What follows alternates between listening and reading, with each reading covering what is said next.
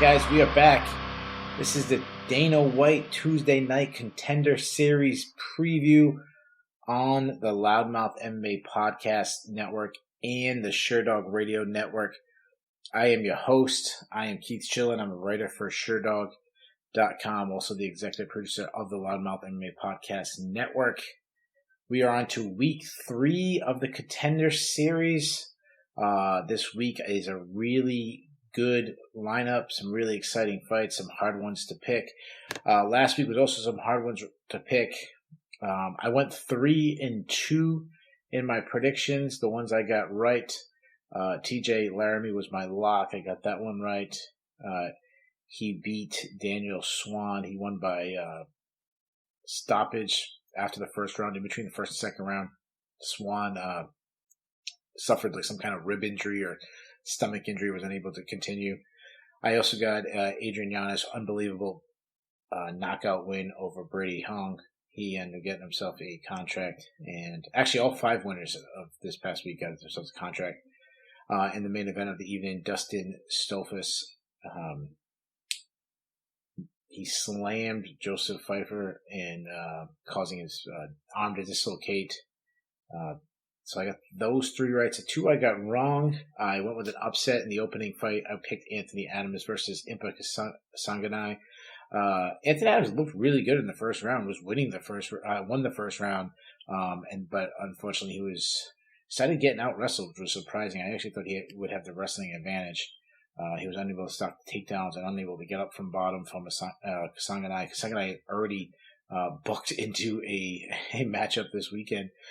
And then the other matchup I got wrong, I went with the stripper, Vanessa Demopoulos, to beat Corey McKenna. I actually said that Corey McKenna was the better talent, but I thought Demopoulos had the best chance of finishing the fight, getting a submission. She almost submitted Corey McKenna several times, but was unable to get the Scottish, Wales, the Welsh, she's somewhere in the UK, to get the UK fighter to tap out.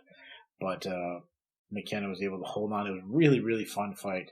If it was ever going to give a loser fight, I would have given Demopoulos fight. It was that fun a fight. But we got a really good lineup. We actually have 2 brothers fighting on the same card this week. Let's get right into the action. The opening fight, we have a Dana White Contender Series returnee, Kevin Seiler versus Kenny Cross. Seiler's an undefeated pro, 10-0. He was also undefeated as an amateur. He's from Bolivia, but he trains at American Top Team. As I mentioned, he was a Dana White Contender Series veteran. He got the win last season, but he missed weight by 5.5 pounds and did not earn a contract. That weight loss has led him to move up to 155 pounds, get into the X's and O's of him. He's a really poised striker. He's got some professional boxing and kickboxing experience. He's he stays tight, very technically sound. He's a counter striker. He can work from both. He switches back and forth in between southpaw and orthodox. I would say he's an outfighter. Like, he likes to work from the outside. He throws straight punches right down the pipe. He's hard to hit. He has really good head movement. He keeps you guessing with occasional spinning back attack, spinning back kick. Some things that he doesn't like being pressured. And against his fight against Lawrence, I can't remember the guy's name. It wasn't Lance Lawrence. It was, I apologize. I should have had this up. I'm pulling up his record right now. Last year he beat, Lance Lawrence. I had it right. Lawrence had good moments. It was a really fun fight. When Lawrence had his best time was when he was really pressing forward, and he was able to press forward because Seiler doesn't have like true one punch knockout power. Like he compiles. He's the guy who he builds with the volume of strikes, not one big power punch. And I think that kept Lawrence pressing forward. He's a decent wrestler. He throws in some takedowns, some good top pressure. Beats him up on the ground, good ground and pound. But he also has 6 submission submission wins on his record. Some of the submissions that stood out to me, he really likes to attack the head in scrambles like guillotines and barbell chokes. So yeah, he's a well-rounded fighter. I like him as a prospect, but then I also like Kenny Cross as an opponent. Kenny Cross he's only 25 years old, but he has actually a lot of experience. He has 13 professional fights.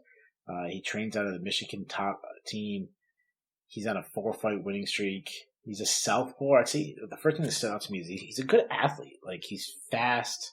He's very aggressive, but probably and sometimes to a fault. Like, he can kind of get out of control a little bit, and he's kind of flailing all over the place. Put himself in some really bad positions. He has decent pop on his punches, though he tends to load up sometimes, kind of telegraphing his punches a little bit, leaving himself open to counters. He does like his straight left, which he throws without setting up with a jab. He mixes in good wrestling. He's got some pretty slick back takes. He's got 4 submission wins on his record. While he's a good offense wrestler, and I feel like it's been the theme a lot with prospects, and I might be too hard on people's defensive wrestling skills. He's been taken down in the past. In his fight against Jonas Flock, which was just 2 fights ago, he really struggled to get off from bottom against Flock, and he won a very close fight. He ended up punching. He caught him with an uppercut in that fight and finished it, but he might have lost. Like, it might have been a come from behind. He at least lost the second round. He might have even lost the first round. So let's get to the prediction. This is a really hard fight to pick, and I like that this is starting off the card. And guys, I apologize if I don't have the order right. I believe this is the order right, but if I don't, I apologize. Both guys are talented. Both guys may be UFC level already. They're both well-rounded. Cross's pressure could really win him rounds against Siler, and we've seen, Siler, like I mentioned in his fight against Lance Lawrence, he really didn't like the pressure. However, I think there's a big gap in the technical ability to do. Like, Siler's much more technically sound, much more polished. I also like the fact that he was on the Contender Series last year, so he knows what to experience. I'm taking Siler. I'm going to take him by unanimous decision. Does he get a contract? I don't know. I mean, he'll be 2-0 in the UFC, but I think both these guys are so talented. I think that'll keep them from really shining. Like, I don't expect a stoppage in this fight. So due to that, I think maybe it's going to be really close. I'm going to say he doesn't get a contract. I also think that the fact that 5 fighters got contracts last week will make Dana a little hesitant this week. Because, you can't have too many fighters on the roster. And I know with COVID and everything, you need a lot of fighters on the roster to fill in slots that some people can't right now. But I think, generally speaking, having 5 fighters get contracts last week is not a good sign for fighters this week.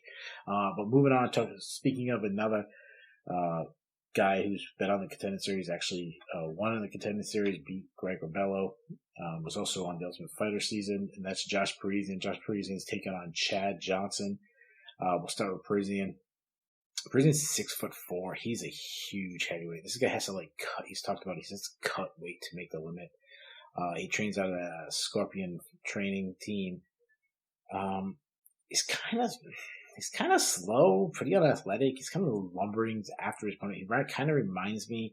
He throws some spinning attacks, so this doesn't remind me, but that's just the way he stalks his opponent. He kind of has like a Tim Sylvia type feel to him. He's just this big burly guy, kind of flat-footed, but he works behind a long jab. He throws straight punches down the pipe. That's something. I mean, that's what won Tim Sylvia the heavyweight championship when he knocked out Rico Rodriguez. Defensively, he has some flaws. He tends to just either duck his head straight down or duck his head to the side, which leaves him open to hooks and uppercuts. Sometimes he backs straight up to avoid strikes. Like, he needs some help defensively. He throws a lot of kicks, and he's pretty effective with the spinning attacks. I mean, knocked out Greg Rebello with a spinning attack. He's a weak defensive wrestler. On the Ultimate Fighter show, Michelle Batista beat him by taking him down. But what I was impressed about him in that fight, and another fight that I saw him get taken down, he's hard to hold down. I think some of that has to do with size, but he continues to work. He'll scramble right back up. If he ends up on top himself, though, he doesn't really look for wrestling on top himself. He's got some pretty good top control. But what I like most about Josh Parisian is his heart. Like, even in that Batista fight was getting outclassed, he just kept coming. And just made it a tough fight from that. He kind of has that, like, Vince Pichel, what we saw in the Jim Miller fight. Like, Vince Pichel just was probably not as technical as Jim Miller, was the fact that he just kept coming forward, kept making it a dirty fight. That's what Josh Parisi can do. Now let's move on to Chad Johnson. Chad Johnson is not Ocho Cinco, the old Cincinnati Bengal, New England Patriots. I can't forget what other teams Chad Johnson played for. No, it's not that guy. It's a different guy. He's 34 years old, trains out of Rufusport. Really just recently turned pro. He turned pro back in 2017. There's not too much film on him. I was able to watch 2 fights, and then there was this like weird highlight video that was like some music bands, like some rock band's music video that had highlights of him fighting. It was kind of weird, but Johnson looks strong. Like he looks like the stereotype of what a MMA heavyweight should look like. Big, muscular, like he's a scary kind of looking dude. That said, he's kind of stiff on the feet. Similar to Parisian, he ducks his head down, but this guy kind of just ducks his head and throws haymakers. Throws his punches from like his hip area, just kind of winging. He does look to wrestle. He will grab a body lock, or just grab a trip, and just kind of throw his opponent down. From being like a better athlete. He shows some extreme power by just picking his opponent into the air. But I see him get swept. I see him get mounted. I see him struggle to get up from bottom. And he doesn't really have like a lot of scrambling techniques. He just kind of muscles. He just kind of like says, I'm better than this low level regional heavyweight. And he just kind of like uses his muscle, posts his arm up, and just gets up. So move on to the prediction. Johnson's a way better athlete, but he's really, really is raw. Parisian appears to kind of have reached his ceiling, and he's not the guy that can be really, really hard to get excited about. But he is more technical. I think Johnson might get a takedown early, but be unable to keep Parisian down. I eventually think Parisian would continue to work, do that Vince Pichel style, kind of get back up, keep pressing the action, and I think Parisian might catch him. I think Johnson will slow down. I think Parisian could catch him. Could be a punch, could be a high kick. Parisian throws a lot of high kicks. You know what? Let's go with a kick. I'm going to say he lands a high kick. We'll say late in the first round. Parisian gets a knockout. And I also think if he gets a second knockout in the first round, that'll get him a UFC contract. I think that's what happens here. Josh Parisian finally gets added to the UFC roster. Let's move on. We have the first of 2 brothers fighting on this card. We have Orion, I think it's Kosi. I think that's how I wrote it down. Orion Kosi versus Matt Dixon. Orion Kosi has been training with Team Alpha Male. He's 26 years old. He has a 6-0 professional record. He had a 4-0 amateur record. Of the 10 fights between professional and amateur, he won all his fights by stoppages. But I must point out that he's fought some really low-level competition. I added up the records of these guys, and his brother's kind of done the same thing. The records of his combined opponents when they fought Orion Kosi was 27 wins and 48 losses. Again, I think this is like the theme. Some weeks I can find so much film on guys. Some weeks it's hard to find film. Both Kosi brothers, there's not too much film on them. But what I've seen, I saw a southpaw who has a very powerful straight right. Has just good power altogether. He has some flaws defensively. Keeps his chin in the air, kind of ducks his head a lot, just like kind of turtles up when he gets struck. He's good in the clinch though. Like I like his plum clinch. He throws a lot of knees, kind of grabs that plum clinch and just batters the body. I like that. He throws a lot of kicks. He comes from a wrestling background. He is strong. I mean, when he takes his opponent down, if they get up, he'll suplex you, and that's fun. Some things I don't like. His go-to move is the head and arm throw or the headlock we call in wrestling. And he goes to a straight armbar. That works against low-level competition. That will not work against good fighters. He did get a standing guillotine, so I like that. When he's on top, looks to ground and pound. Though I found one amateur fight where he, in a scramble, had his back taken, almost was submitted. I don't like that. The other thing I don't like is, while it's nice to see a guy getting all these knockouts, he's never been to a decision. Now, I haven't seen him slow down in any of his fights, but it makes you wonder if he can go 15 rounds. 15 minutes. Should I give him the benefit of the doubt? Yeah, I probably should. I mean, I haven't seen him slow down, so I want to point that out. But, it'd be nice to see him go 15 minutes and gain some more experience. He's going against Matt Dixon. Matt Dixon's a fighter coming out of Tulsa, 9-0, 4-0 as an amateur. He's only 24 years old. He's been training with Mark Munoz for this fight. Dixon was a guy that I liked a lot before his last fight. And then he had his last fight against Jamal Patterson. He did not look good. You could argue that he should have lost that fight. Let's talk about Dixon, though. He's a high-volume striker. I would say he kind of lacks hand speed. He's not really fast, but he is committed. He's committed to strike. He's committed to landing punches. He works on both stances. I like that he varies his strike. He has a nice jab. Those nice short hooks off of it. Will attack the body. I also like that he kind of holds back his power. He doesn't waste his power just throwing all power shots. He's kind of loose, just kind of touch him, and then when an opportunity opens, that's when he'll unload a power shot. That shows experience, maturity, and understanding of striking.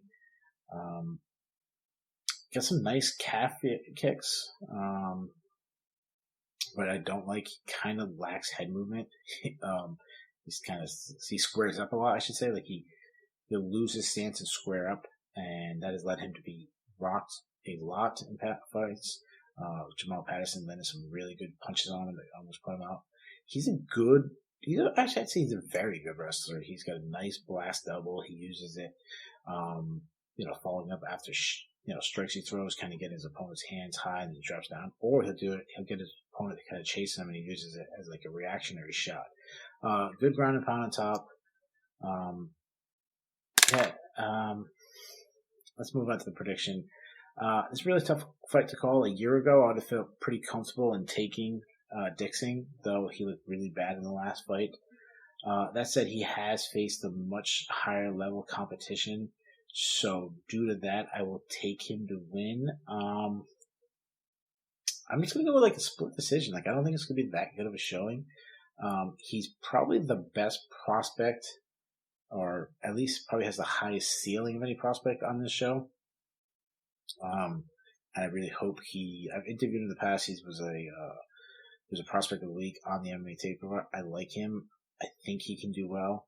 But after his last performance, I did lose a little bit of confidence in him, but not totally giving up. I'm picking him to win this fight. Moving on, we have a female fight. We have Cheyenne Bies versus Hillary Rose. Cheyenne Bies, formerly known as Cheyenne Belismus. She recently got married to JP Bies, a fellow MMA fighter. She's got, I didn't write down her record. She is, I apologize, let me pull up her record. She is 4-1 in MMA. As an amateur, she fought some pretty good competition. She lost to Vanessa Demopoulos and Jillian Robertson as an amateur. The Demopoulos fight was due to an injury. I'll talk about that a little later on. She trains out of Fortis MMA. Anybody who's ever listened to me knows how much I love Fortis MMA. She comes from a Taekwondo background. You see that a lot. She uses a lot of movement. She do that just side push kick that the Taekwondo fighters like to do to kind of keep her space. She's got good head movement, fast hands, nice power, but she's dropped a lot of her foes, especially with her straight right. Good timing on a check left hook. Good kicks. She'll throw in some wrestling. Likes the body lock takedowns. What I don't like is and this seems to be said about every female fighter. She goes for that head and arm throw, headlock. I don't like that. That is going to leave you giving up your back to high quality grapplers. She also can shoot from too far away without setting up, just this blind entry step. She's hard to submit. Vanessa Demopoulos put her in all kinds of submissions, and she was able to fight out of it. If she's on her back herself, she can attack with submissions, armbar attempts and stuff. She's also insanely tough. She was beating Demopoulos when she suffered a freak elbow injury, her elbow dislocated, and she wanted to continue fighting. Her elbow was clearly facing the wrong direction, and she was circling the cage and wanted to keep continuing, and that was very impressive. Moving on to Hilly Rose. Hilly Rose is someone that I've seen fight a lot because she comes from the region where I live. She's trains in Massachusetts of US MMA. It's actually a gym that I have when I was fighting. I visited a couple times to get some sparring sessions with Jorge Rivera was running the team. I actually helped Jorge Rivera with my wrestling background. I helped him get ready for Dennis Hallman fight. Hilly Rose, she's 4-1. She's faced some really low-level competition. I actually thought that her fight 2 fights ago, I was there live. I thought she should have lost to Rosa Acevedo. And I just rewatched the fight today. The commentating team agreed with me. X and O's on Hilly Rose. She's a decent striker. She's light on her feet. She's kind of all the way in, all the way out fighter. She does an outside striking game and then crash the carcass to the clinch. When she is striking, she throws a lot of straight punches, though she lacks any power. I've never seen her hurt anybody with a punch in the feet. Throws a lot of kicks. She loves the teep kick right down the middle. She'll look for the clinch. She goes for trip takedowns. Pretty decent top game. Looks to ground and pound. But if she is put on her back, she really struggles to get up from the bottom.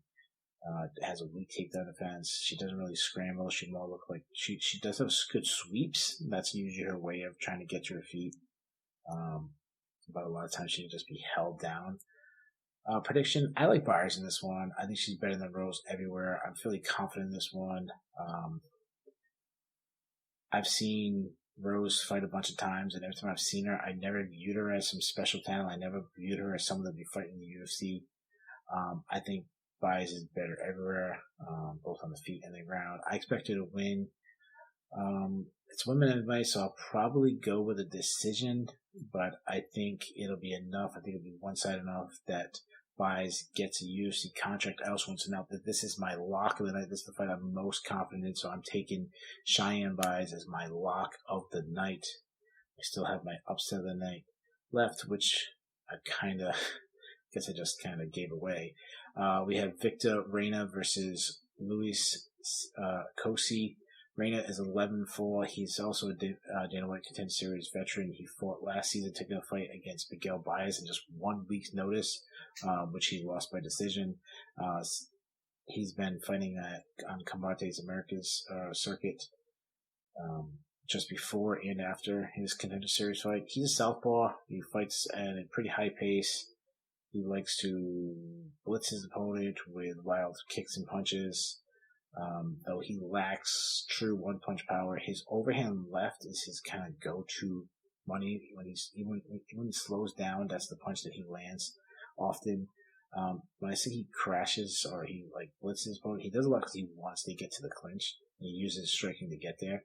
I think the clinch might be his best position. He's got some good dirty boxing.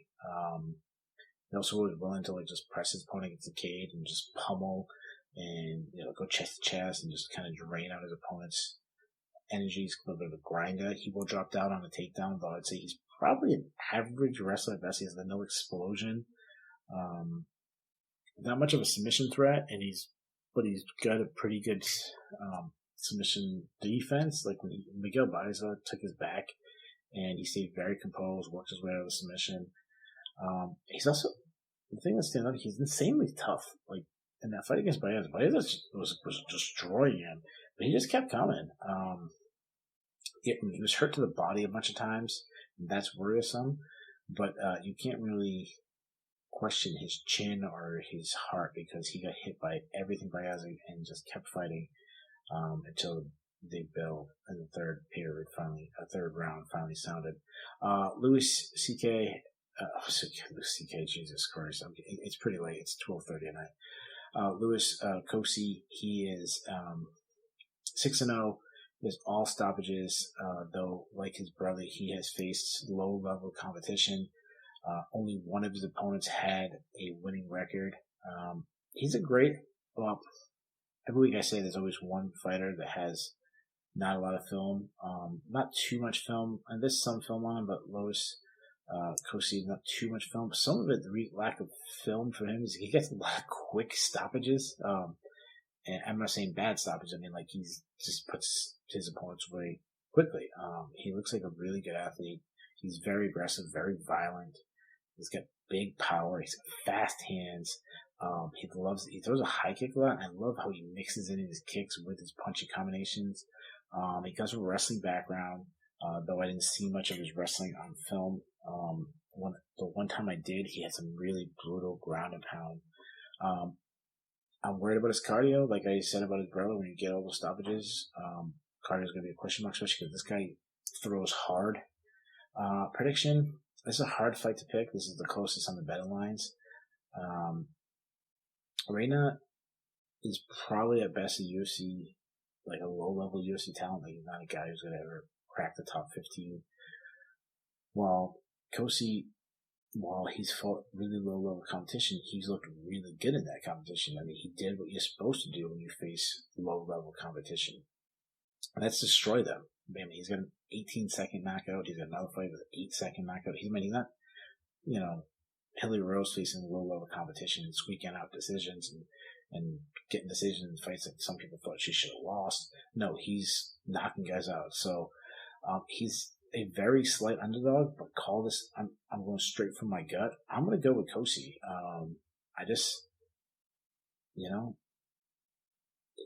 He's the guy the UFC probably should be rooting for because of these quick, spectacular knockouts.